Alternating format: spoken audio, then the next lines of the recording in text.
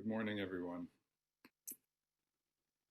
A student once asked Master Kempo, "The Buddhas of the 10 directions have one way to nirvana. I wonder where this one way is." Kempo held up his stick, drew a line, and said, "Here it is." Later, the student asked Unman for his instruction on this mondo. Unman held up his fan and said, "This fan has jumped up to the 33rd heaven and hit the nose of the deity there. The carp of the eastern sea leaps, and it rains cats and dogs." Another translation of the student's question is, where does the path begin? The Buddhas of the 10 directions have one way to nirvana, or one path to nirvana. Where does the path begin? So I've been working with this question. Where does the path begin? What is the path? What is your path? What is my path? This seems like a very vital question for all of us. And yet, how do we know? So I will admit that one of my struggles as a Zen student is that I try to answer questions with my thinking mind. My thinking mind has always been my go-to approach in life. I was always a good student. And in science and engineering, success is achieved through your intellect, through reasoning. I love technical discussions at work where we brainstorm about a problem and how to solve it. If someone brings a problem to me, I jump very quickly to possible solutions, sometimes without fully understanding the question. But then I love it when they say, "Well, did you think about this?" And I say, "Well, no, I didn't." And then we're off to the races just thinking about how, what are the implications of this problem and how can we find a solution? But as I relearn time after time, the Zen path cannot be discerned by thinking, can only be answered through intimacy with the questions arising in our lives.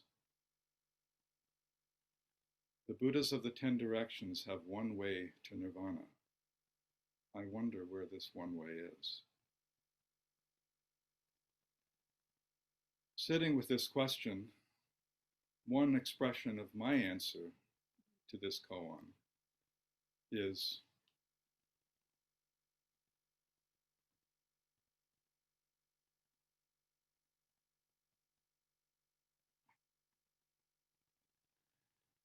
and since we're on Zoom and you may not have been able to fully see me, or if you're listening to the podcast, I just pantomimed doing a full prostration.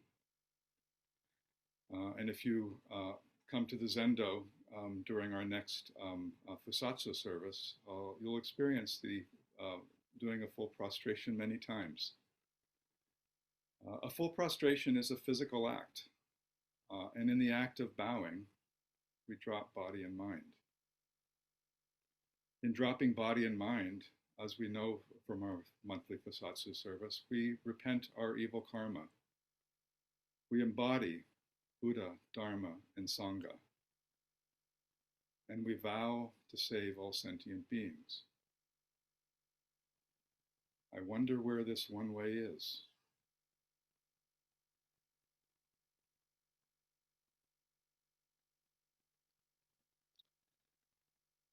Another way of saying dropping body and mind is trusting in the Dharma. In my practice, I'm learning to sit with questions more. I'm learning to stop trying to fix everything. There are things that can't be fixed. This is my path. When I'm working with a koan with my thinking mind, Ryotan Roshi reminds me, you're using the wrong tool for the problem. You can't learn to hit a baseball by thinking about it. You have to swing the bat. Similarly, you can't learn to sit by thinking about sitting. You have to just sit. Let the thoughts come and let them go. let go of a goal or an agenda. Come to realize that I can't learn where my life is going by thinking about it. Looking back, most or maybe all of the big decisions in my life just arose naturally out of causes and conditions. I didn't decide at some point that I would live in New Jersey for over 40 years, and yet here I am. Despite my many years of practice, this shift in perspective is actually new to me. I don't know where my life will go, and that's okay. When I'm faced with distressing news, as we were this week with the Supreme Court decision striking down Roe, I realize more easily that we're all swimming in this vast sea of the Dharma. At this moment, with respect to the Supreme Court decision, I'm angry and I'm dismayed. And I apologize for using a politically incorrect analogy. I'm angry and dismayed that the Christian Ayatollahs in the Supreme Court are willing to let laws stand that will cause grievous harm to women in this country. Some women who have miscarriages will be turned into criminals. Some women who are raped will have to bear an unmarried child, an unwanted child. Some healthcare providers will be unwilling to treat women if there's a chance that the care that they provide could be declared criminal under state law. Some women who can't afford to go to another state will either die in a non-medically sanctioned abortion, or will have to upend their lives because they have to bear a child that they didn't want and they don't have the means to care for. This is the United States we're living in today. Ironically, I have to say that the thinking mind is one of the causes of the problem. The decision that knocked down Roe was authored by a brilliant mind with very carefully reasoned arguments about original intent and stare decisis and states' rights. A brilliant mind with not an ounce of wisdom or concern about the implications of his words on the lives of women. So I'm angry. And I think we all have a right to be angry.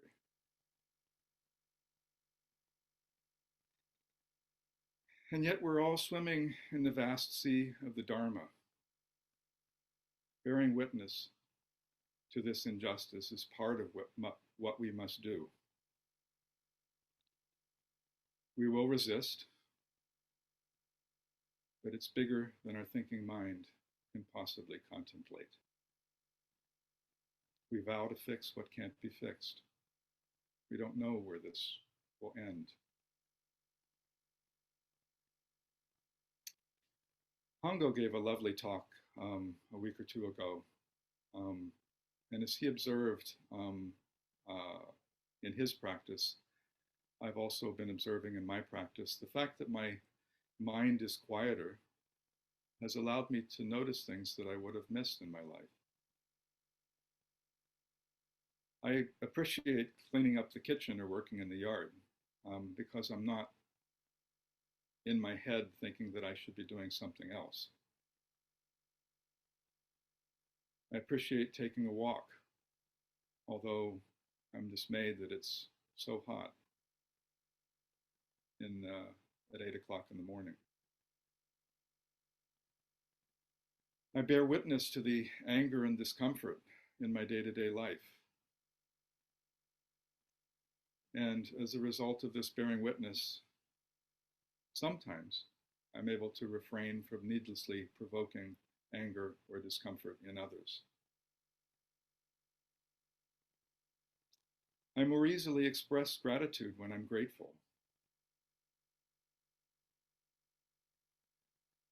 This practice of not knowing naturally opens into kindness and compassion.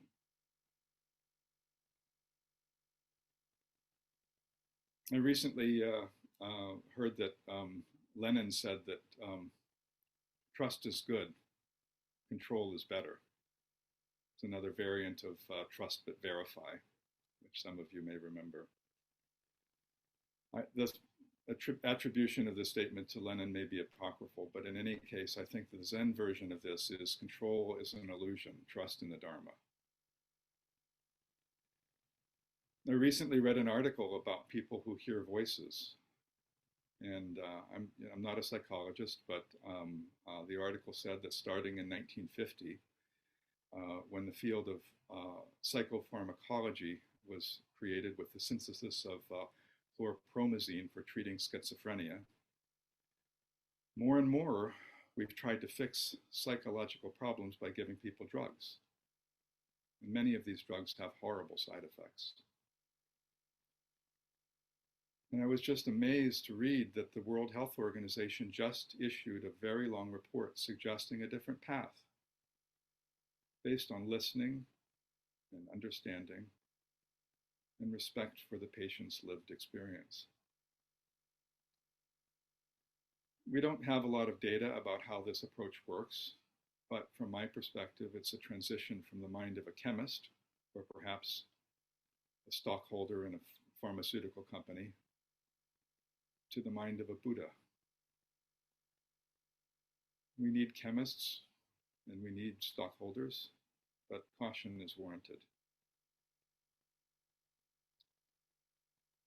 Korean Zen master Song San asked the question, what is your true job?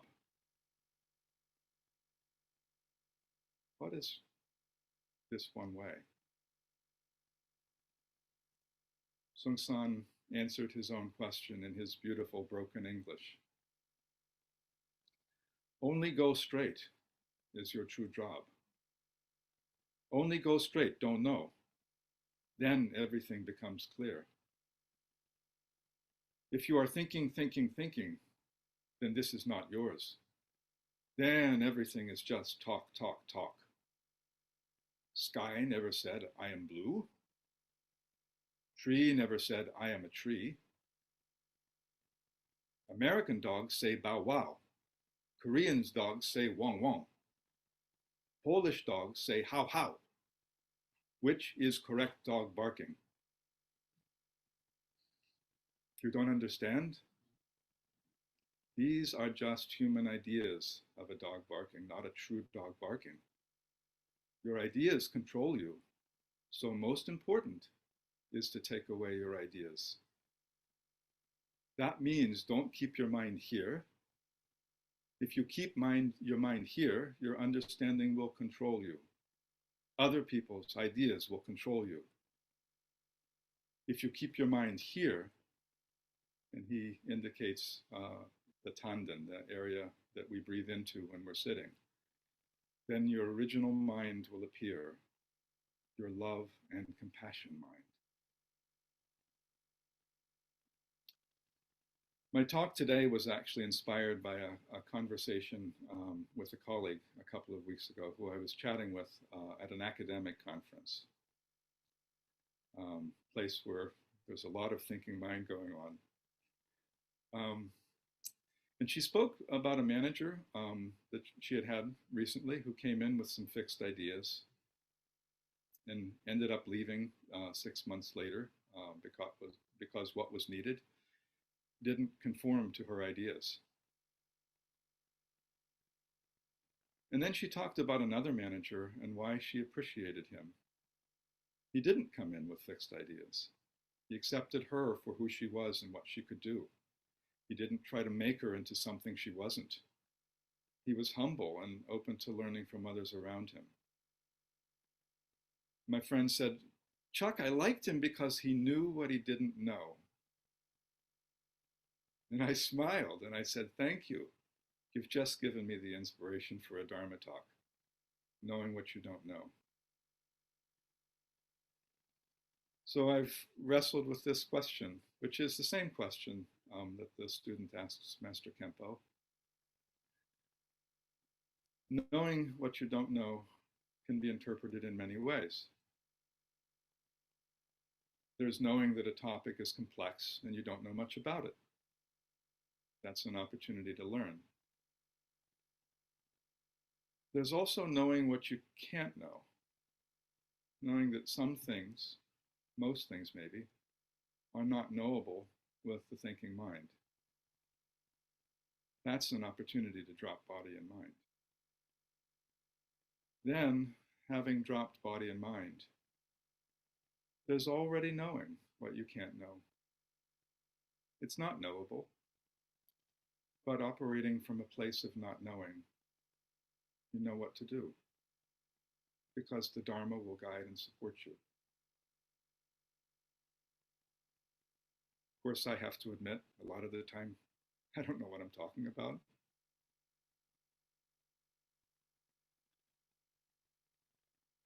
The teacher's responses in Kempo's One Way to the student's question are interesting. Master Kempo's response is very playful and yet very grounded. He draws an imaginary line pointing to the Absolute and says, "Oh, here it is." Unmon's response is fantastical. He points directly to the relative, the fan that jumps to the 33rd heaven and bops the deity there. And he says, "Oh, here it is." As our teachers ask, are these answers the same or are they different? Is my path the same as your path or is it different?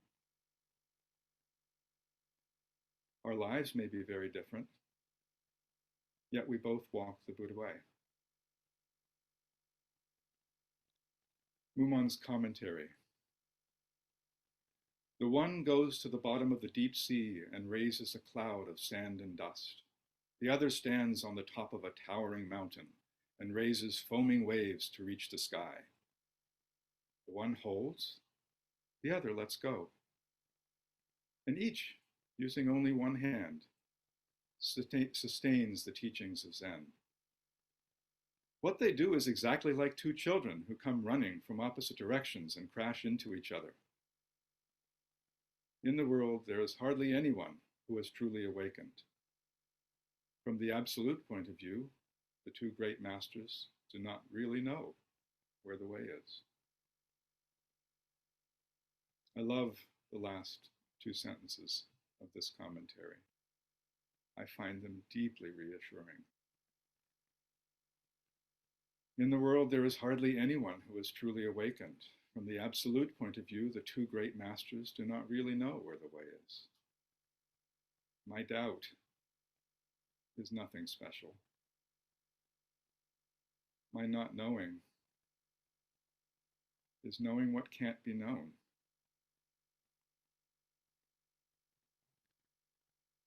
Mumon's poem. Before taking a step, you have already arrived. Before moving your tongue, you have finished teaching. Even if at each step you may be ahead of him, know there is still another way up. So the last two lines of this poem are a reference to the ancient Chinese game of Go. I'm told that Go is extremely complex, much more complex than chess. So even if at every step you are ahead of your opponent or behind your opponent, know there is always another way up, another way to win, another path in life. Things will change. You can never get to the bottom of the complexity of this thing called life and death. And yet, before taking a step, you have already arrived. Thank you for your practice.